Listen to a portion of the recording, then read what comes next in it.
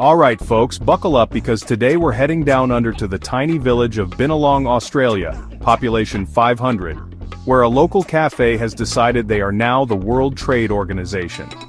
So what's their grand diplomatic move? They've slapped tariffs on American drinks like Coca-Cola and Jim Beam to protest, wait for it, Donald Trump's treatment of Zelensky. Yeah, you heard that right.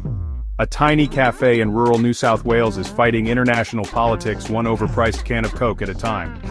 The tariff that isn't a tariff. Let's start with the obvious problem.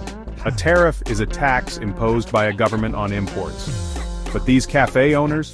They're just marking up their own prices and calling it a tariff. That's not a tariff, that's just charging extra and hoping people feel too guilty to complain. It's like me going to a gas station, bumping up the price of Snickers bars and telling people it's part of my personal crusade against deforestation. And the best part? They're still selling American products, they just tacked on an extra $1. So really, if you think about it, they're actually sending more money to American companies, just with a little surcharge for Ukraine. The symbolism overload. Now if the phony tariff wasn't enough, they're also flying the American flag upside down. In case you don't know, that's a distress signal. It means a nation or ship is in immediate danger. But these cafe owners aren't warning America of an existential crisis. They're just saying, we don't like Trump. I hate to break it to them, but America being politically messy isn't exactly breaking news. It's like flying a British flag upside down because it's raining again. The lack of complaints.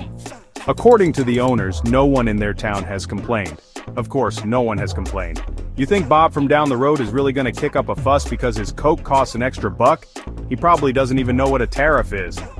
And let's be honest, how many American tourists are stopping in Binalong? Who exactly are they punishing with these price hikes? Some local guy named Dave who just wants a Jim Beam and Coke after a long day? Poor Dave didn't sign up for this international political statement, he just wanted a drink. The big picture. Look, I get it. People want to feel like they're making a difference, and I respect actual fundraising. They've donated to Ukraine relief efforts, which is great. But let's not pretend slapping an extra $1 on a can of Coke in a village of 500 people is gonna make world leaders rethink their foreign policy. It's performative activism at its finest. Like putting a Ukrainian flag in your Twitter bio and thinking you just solved geopolitics. So here's my final complaint. If you want to support Ukraine, just donate directly. Don't turn your cafe into a make-believe customs office. Because let's be real, the only thing this tariff is actually punishing is Dave's wallet.